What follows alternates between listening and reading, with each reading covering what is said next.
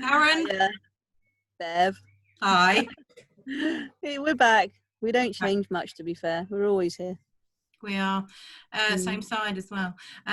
So we've had a couple of emails recently about advice on how to investigate, and novices and people who just need are interested in it, but just need a little bit of guidance as to how to approach it, where to go, and it's kind of like starting point, isn't it? We all got to start somewhere, and it is, where do we start? So we just want to give you a little insight of kind of where we started, really. And run through the basics. What our approach to it is as well, because it's a lot of people go straight in with the paranormal, and actually generally it's quite a simple explanation and not paranormal. So yeah, sorry, I said that's the difference between investigation and a ghost hunt. I think a ghost hunt, it's very much you go and look for paranormal, whereas we investigate, is it paranormal, isn't it paranormal, isn't it? So it's kind of debunking, investigating as we go. Yeah, and a lot of the time, especially when we're doing private places, it is a case of they just need to know that there is nothing bad there. Yeah, because they watch so much paranormal TV and movies, it's an inbuilt fear that actually can be debunked quite easily.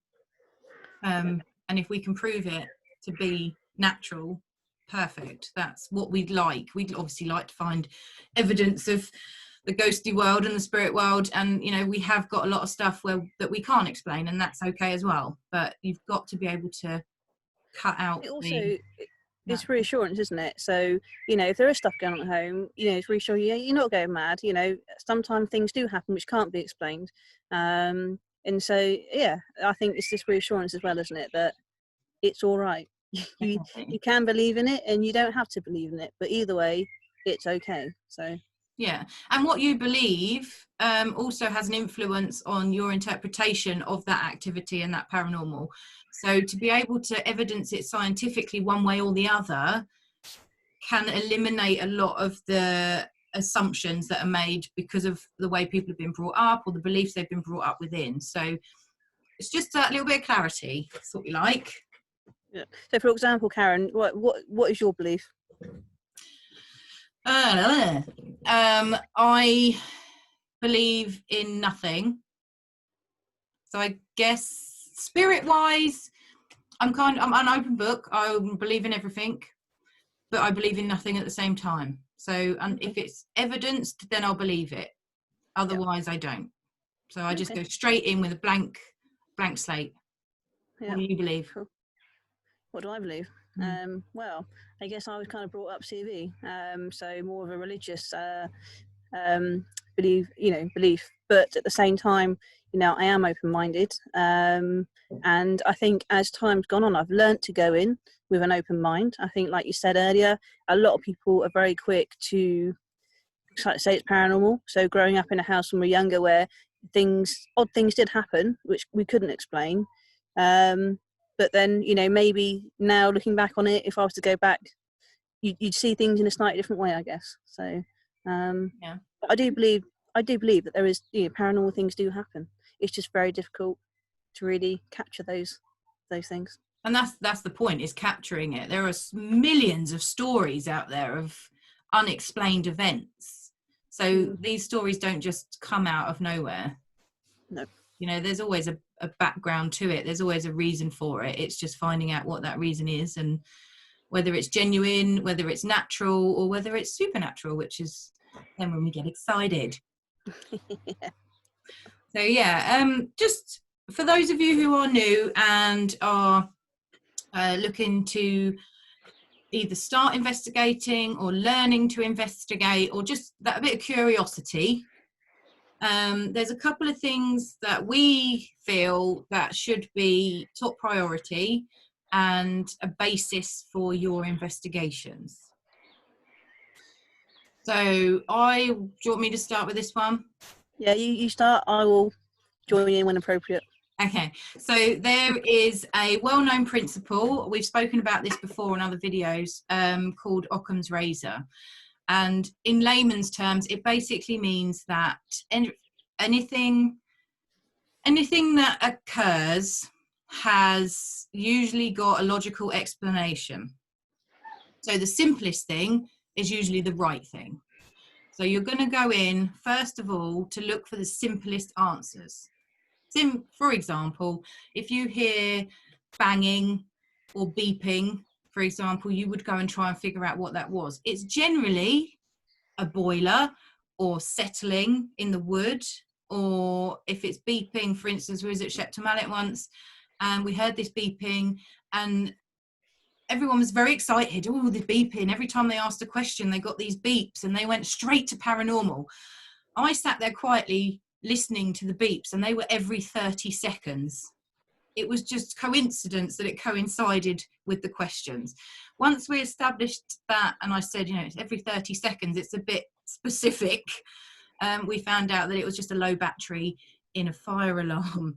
So again, simplest answers are usually the right ones. So that's my basis when I go in. I look for the simple things. And I think a lot of common simple answers are things such as open windows, drafts, electrical points as well, isn't it? That's obviously quite consistent throughout many places that we go. So people think, oh, I feel a cold spot, and I think once we had at the Gaelmont Palace in Salisbury, and obviously some of the windows are very old, quite drafty, so we can kind of debunk it that way. But then we did have outside. Pardon? There was a storm outside. It was a storm, but then we also had some activity which we couldn't necessarily explain either. So, swings and roundabouts. It's good. Yeah, but again, with that activity that we did have, we went right in, and we tested for drafts, we tested for breezes, we put someone out there on their own, bless them, to see if there was any brave soul. Check that doors were locked, nobody could access that area and things like that. So we debunked everything, and at that point we'd run out of ideas, so we put it down to being paranormal, and that's how it works. Yep. Another thing you've got to be very careful of when you're investigating, especially when you're looking at pictures and video footage, is pareidolia and pixelation. Yeah. If you have a blurry picture and you have pixelation on top of that, chances are you're going to see faces. That's pareidolia. Well, naturally, our brain will try and recognise faces. So, for example, when we did the earthworks, wasn't it, Knowlton earthworks, I thought I could see something in the picture.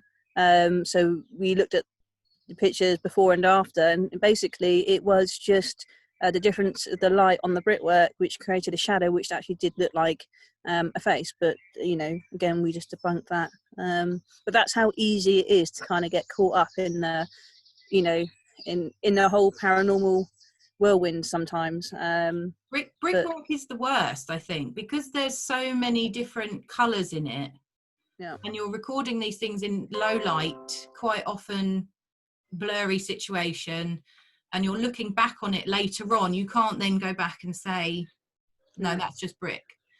And that's another thing, isn't it? It's taking pictures, it's taking lots, burst photos before and after. If you see something, just get as many photos. And that, again, that's, part of the whole investigating, so you can compare, later on.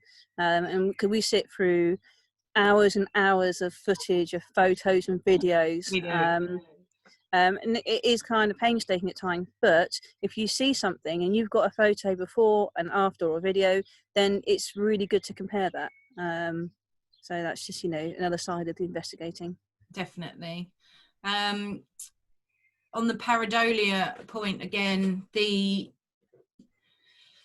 you always look back at your photos at the time, I think maybe you'd agree with that. I've come across a lady who was adamant that there was a person in her photograph. She went back to that venue because she didn't look at the picture at the time, because she'd seen this person standing behind a chair. When we went back to the venue, it was a portrait that had been put on the floor, was leaning up against the wall, and it was clear as day figure, and it was a person, but actually it was just a picture that she hadn't noticed while she was there at the time because she was excited. And a photo I've taken of paint, it was paint splodges on the wall, but they were in such a display that it looked like a man standing with white cuffs and a white collar. So it's very easy to assume something is paranormal when it actually isn't. And also, if you're with your mates, get them to take pictures as well, the same. same time, same thing you're looking at, because the more you've got to compare it with, the easier it is to say, actually, yep, it's something, or no, it's, you can debunk it. So. Definitely. Documentation. Yes. Definitely. Voice recorder. Voice recorder is probably one of the most essential bits of kit, because it's very easy. We've all done it. I do it quite often. It's very easy to forget. You would think, oh, one part of the investigation, something's happened. Great, I'll remember that. By the time you got to the end of the evening, you've got 3 more investigations ahead, and it's very easy to forget. But if you've got a voice recorder, you can just go back, replay it. So yeah, I'd say that probably is the most essential bit of kit, isn't it? You could probably Definitely. have to start with.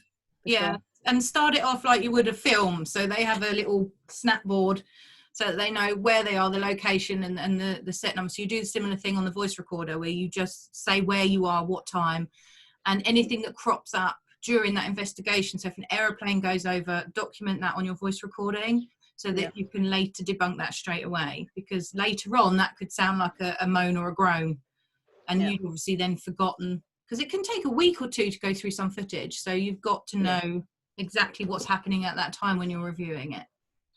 Yeah. Pen and paper, always good as well. Yes. Absolutely. And I think you've got some kit there as well you're going to show us, aren't you? Just some simple bits of kit which we use to start off with. Very basic kit. So we've all seen one of these. Yeah, EMF detector. I'm not going to go too much into how it works, but more so how to debunk these, I think. So these detect electromagnetic field fluctuations and changes. Lots of different types of these, they all do the same thing. But what you'll find is that mobile phones, watches, the new touchscreen watches, they can affect all of this. Natural electricity. Natural electricity in the walls. So again, if they go off, great if you're in a barn. But if you're in a property that has electric in there, you're going to pick up some fluctuations in electromagnetic fields. So learn your science, guys, on how this works. We've got lots of blogs on different things, EMFs and spirit boxes, because of how they work, supposedly work. So definitely have a look at those as well. But that's basic kit. Absolutely. Temperature gun, or anything that detects temperature, because you can get built-in EMF and temperature readings as well. A temperature gun's a little bit easier because you can point it. It's easier to kind of, rather than with some of the gauges you've got to go stand in a certain area. The temperature gun, you can pretty quickly pick up temperature from one spot to another. A lot of people like to point it at other people. Defeats the object, really, because we're all quite warm human beings, but it's more kind of around the person rather than pointing it at a person. You get variation. So for example, at the Gamont Palace, we had one guy who said, I feel really cold on my left shoulder, so they pointed it just to the side of him on his left, and there was probably a 5-degree temperature difference from one side to the other. So which is quite interesting. He wasn't stood near a window, he wasn't stood near a door, so that's kind of really interesting, and it's easier rather than having to have a gauge and go stand one person that side, one person that side. So the temperature gun does come into its own in those situations, picking up drafts or things like that. That particular type of gun is for solid objects. There is another element to some EMF detectors that detects breezes and drafts, specifically for the air temperature. But I don't know, we've never needed one. I don't think it's never been something we thought, wish we had one of them, has it? The temperature gun I found most useful when people have said, oh, my hand's cold, and they're the only person with one cold hand, and they can feel a draft coming through there. So you can monitor the decrease or the increase of temperature around that person who's saying they feel cold. Absolutely. Otherwise, you're going to be forking out a fortune for what they're called, thermo imager. Yes, which are great, They are great, but it's just they're quite hefty. They're quite big. They look small, but actually they're quite big and hefty to carry around. So yeah, it's there is a downside to them as well, because they can pick up if you're standing in front of a mirror, it will pick up the reflection of your temperature through a mirror or a window. So again, it's something that can really confuse, oh, there was no one standing in front of me. You've forgotten there's a mirror there, but actually the mirror is reflecting your temperature and it's reading on the thermo imager. So it's a confusing piece of kit if you don't know how to use it. So Yep. stick with the basics for now if you're just starting up. And I think the next bit of equipment you got is my favourite, actually. I quite like the spirit box. I like the spirit box because it's very hard to be for it to be manipulated in any way. So it's like a radio, but it scans frequencies very quickly, and you can reverse scan. We always use reverse scan. And generates lots of white noise, and it's basically known, or it's said, that the paranormal can manipulate that white noise to generate words and sounds. Again, it's very hard. It's fairly obvious if you're in an area, as we like to go underground a lot, you don't generally get a lot of signal underground, but it is fairly obvious if you do get interference from another radio, from another source. You can just, it's a bit of experience, but you can tell. But also it's fairly obvious when you get something like you get a voice, a really loud, I think we've had that before, a really loud voice shout. Was it Stephen? Yeah, actually the one we Steve got quite the a lot. other day, the one that said Yeah. Alex the other day, was clear as day. Yeah. But it's a great bit of kit, and I think there are various ones. Some people prefer the PSB 11, some prefer the PSB 7. It's just personal preference, but I would say definitely get yourself a spirit box. It's definitely worth it. It's a great bit of kit. Yeah, I mean, these aren't the cheapest. It does have a temperature on there as well, doesn't it? If the temperature fluctuates, it lets you know. It's also got a torch on the top, and that one's a dual sweep. So some spirit boxes only do an FM or an AM. That one you can dual sweep AM and FM at the same time, both forward sweep and backward sweep. Gives it a bit of an extra jumble, really, yeah. doesn't it? So that if anything comes through straightforward, clear as day, it's not going to be a radio signal. Especially most common swear words. You don't get swear words on the radio. No. You get the spirit box, you know that ain't the radio. We've had some quite interesting words, which have shocked a group of investigators at a location in Salisbury. But yeah, so no, it's definitely worth, getting one of those for sure. Yeah, and that's pretty much it. I mean, it's all we've got. You have forgotten something else, Karen. What have you forgotten? What have I forgotten? What have you forgotten? We've got loads of stuff though. Like, we're talking basic cat balls. What do we use? Cat balls. So they literally are cat balls. Okay. Although I have deprived my cat of theirs. So yeah, they're motion sensors. So you really have got to knock them for them to flash. We tend to find like a divot in the floor or somewhere to put them so they don't naturally roll and they can't be moved or influenced anyway. And you can get quite a bit of activity with those. If they go off, you can, get yes/no answers. It's been really interesting in the past. It's quite a simple bit of kit, but also quite effective. That's where your voice recording and documentation comes in, because if you're having a potential conversation, I've had full-blown conversations with a cat ball. We look silly, but it works. And because I had a lot of background evidence to begin with, I was able to say that the answers we were getting were correct at the time.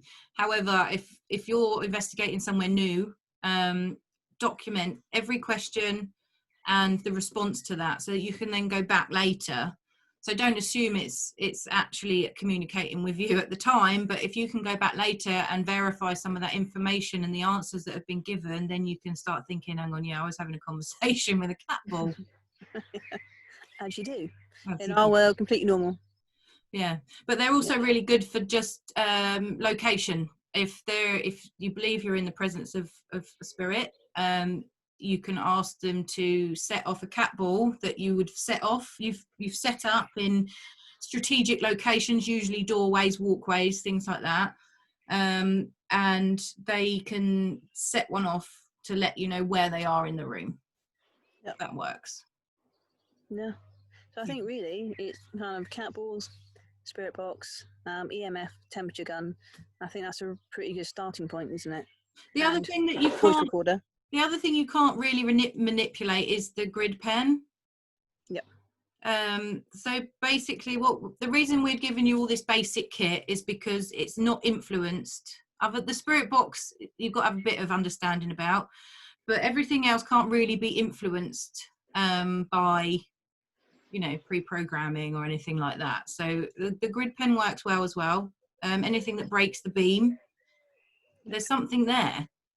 There's nothing else that will break that beam. So that's a good one to have. And also, recently we did an investigation, didn't we? Where the grid pen actually was, the light was changing on the grid pen, because if you twist it, it goes to different modes. So basically the points on the grid get bigger or smaller, and we had it so that it was being manipulated so the points were getting bigger and smaller, weren't they? That was quite interesting. And it was fading in and out. It was pulsating. I've never seen that before.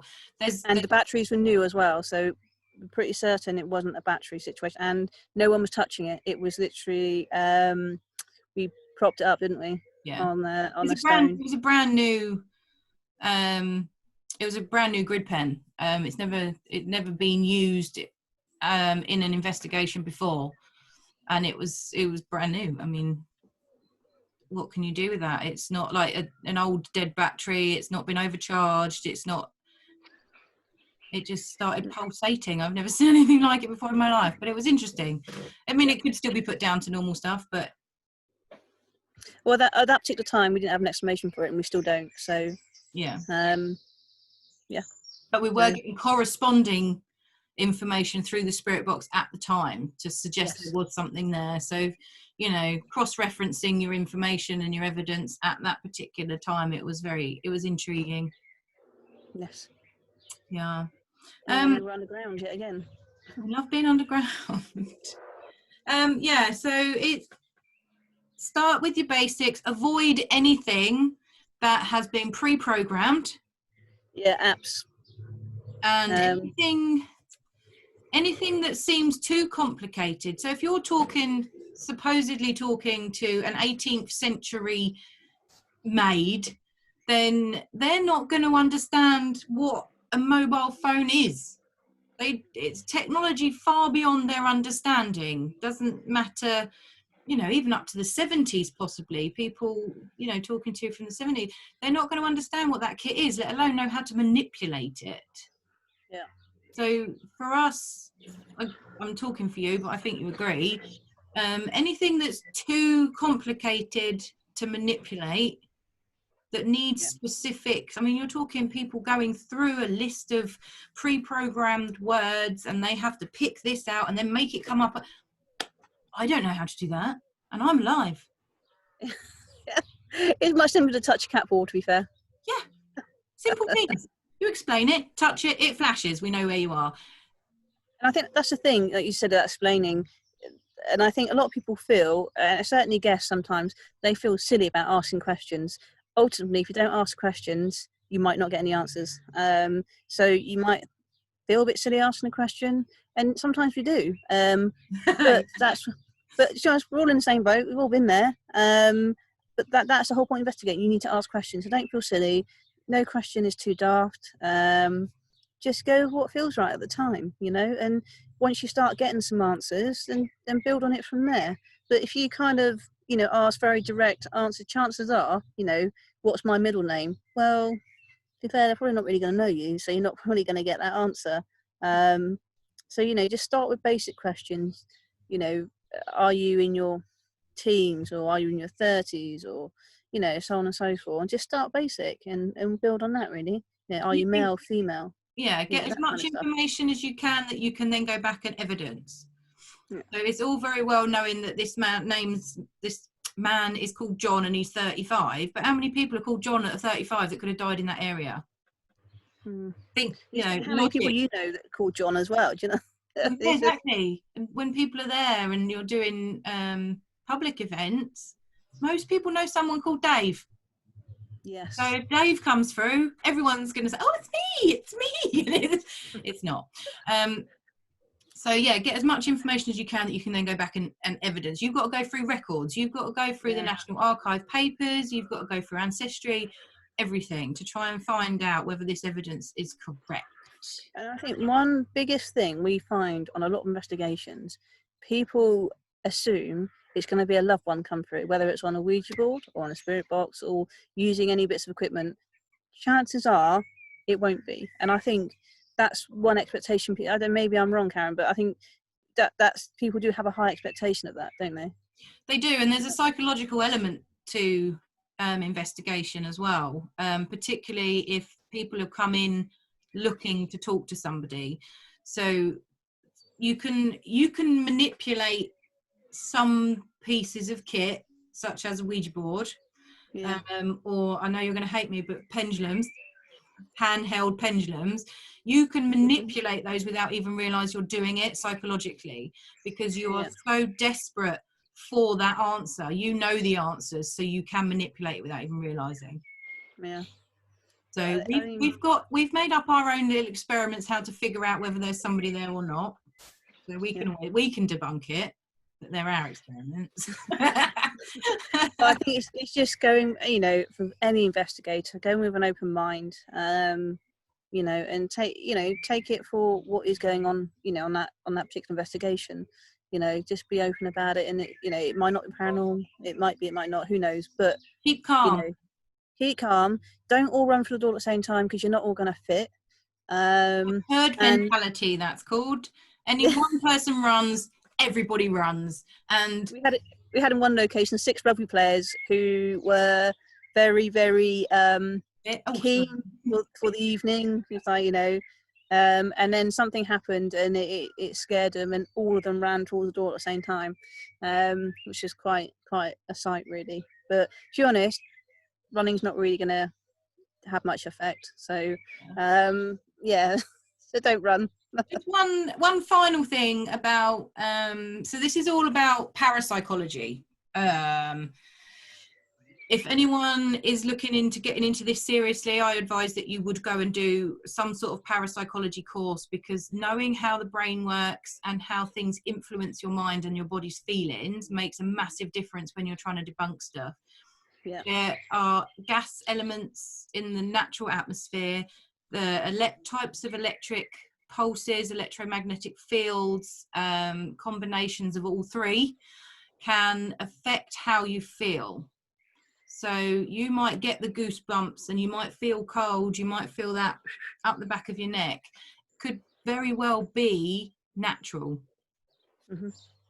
So that's when you start then bringing the kit in to try and evidence those changes. You document everything, then you go and find out the history.